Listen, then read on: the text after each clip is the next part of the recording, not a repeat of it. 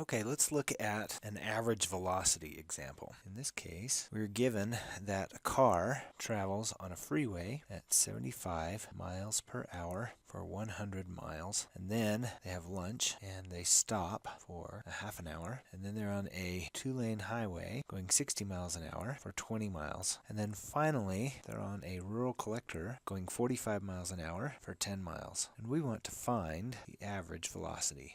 First of all, let's look at what average velocity is. So we start by writing out the equation for what we're looking for. In this case, average velocity is equal to a change in position over a change in time, which in our case would be distance over time.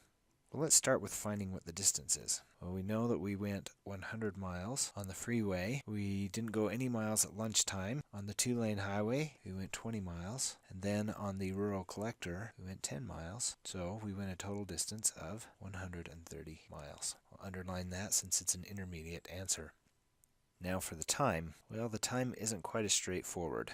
We went 75 miles per hour for 100 miles. So in 100 miles, 75 miles per hour, that will allow me to cancel out my miles and will leave me with the time on the freeway in hours, which in this case would be 1.333 hours.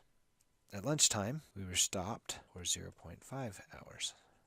On the two-lane highway, we went 20 miles at 60 miles per hour, which gives us 0.333 hours. And then finally, we went 10 miles at 45 miles per hour, which leaves us with 0.22 hours. Now I have all the times that I need, and I have the distance that I need.